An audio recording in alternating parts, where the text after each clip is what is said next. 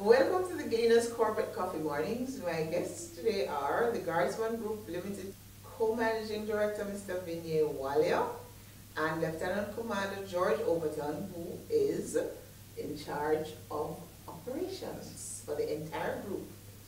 Okay, now, crime in Jamaica is a sore problem, and that has led to a need for the kind of services that you offer.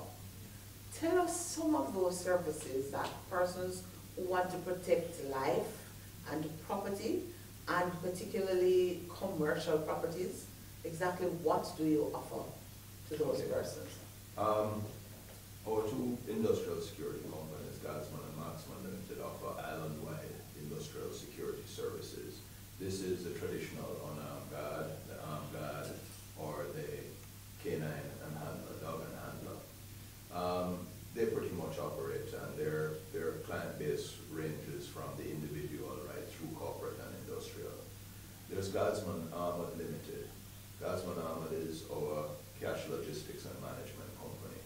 They're involved island-wide again in the transportation of cash deposits either to and from the bank, and a number of the backroom operations that are done by the financial sector. We count deposits, we process cash, we receive, we consolidate, and one of the products that we recently introduced to the market for the distributive trade was what we call lodgement consolidation, where we take a number of deposits from various places, consolidate and make one big deposit to the financial institutions for them.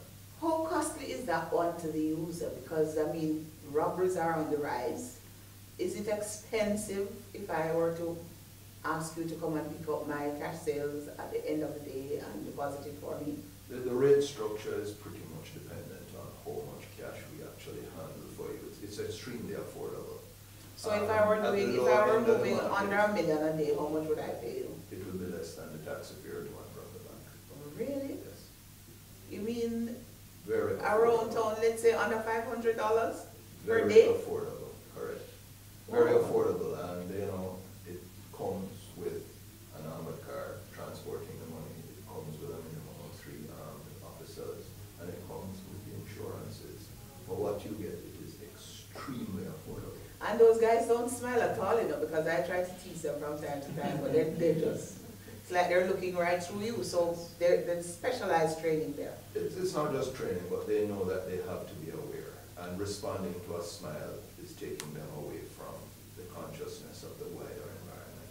So for example, if I were having a party, you would come, I could call you, say for 6 hours I'm having this event, and your guards would come and protect me whether I need a dog or... Armed guard, unarmed guard, whatever it is, we'll be able to provide that island-wide.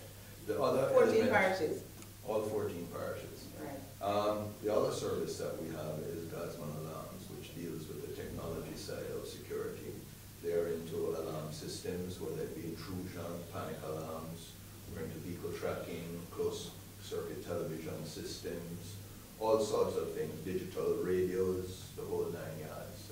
That is our technology component of it. So, Mr. Walia, I know that you handle some of the financial side of the business at Guardsman too. Mm-hmm. What effect has the negative economy that we are experiencing now, what has that done to the Guardsman It's business? a challenging environment. The fact is that Jamaica, with a high crime situation, there is definitely need and demand for security.